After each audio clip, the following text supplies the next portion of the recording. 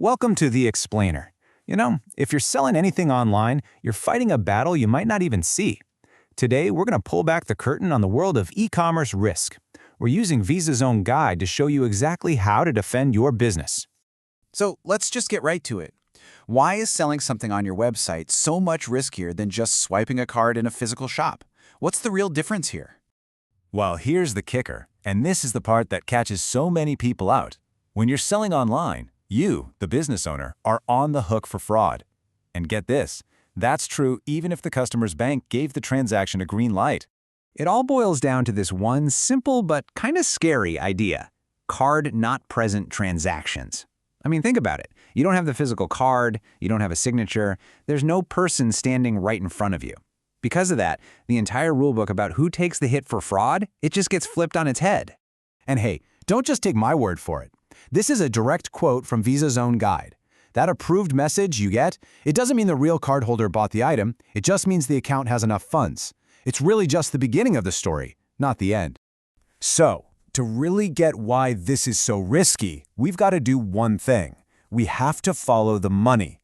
Let's trace the path of a single payment, from the moment someone clicks buy, all the way to your bank account. All right, so first up on our journey, we've got two main characters. On one side, you have the cardholder, that's your customer, and then you have their bank, the one that gave them the card in the first place. That's called the issuer. And then on the other side of the equation, there's you, the merchant. And to take payments, you work with your own bank, which is called the acquirer. They're the ones who set you up to accept Visa cards on your site. So how do all these different banks all over the world actually talk to each other? Well, that's where VisaNet comes in. Think of it like the central nervous system for all payments. It's this massive, global electronic network that connects everyone's banks together. So the moment your customer hits that buy button, it sets off this lightning-fast chain reaction called the authorization journey.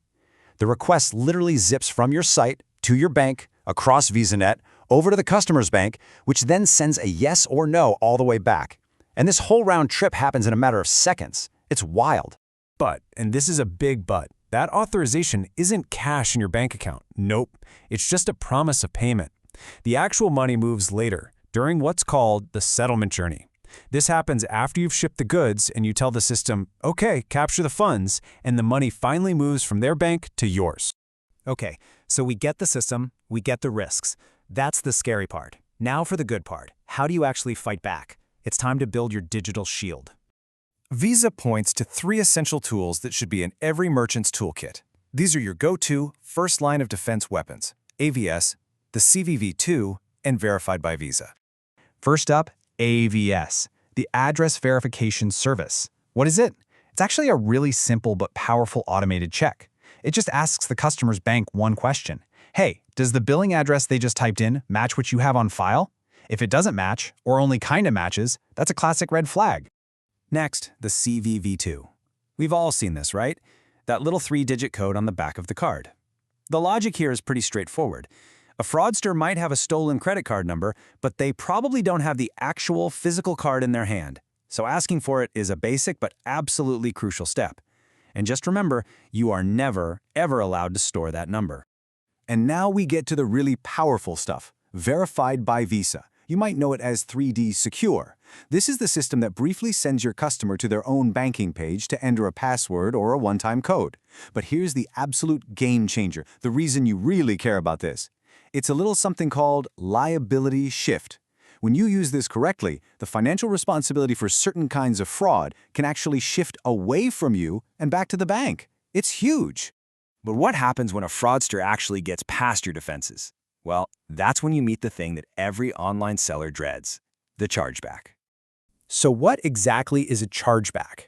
Let's be really clear. It is not a simple refund. It's a forced reversal. The customer's bank literally yanks the money right out of your account. And since you've already shipped the product, well, you lose the money and you lose the product. It's a double whammy. So here's how it usually goes down. Step 1. Your customer calls their bank and says, hey, I didn't make this charge. Step 2. Their bank, the issuer, immediately reverses the payment. Step 3. The money disappears from your account. But you do have one move left.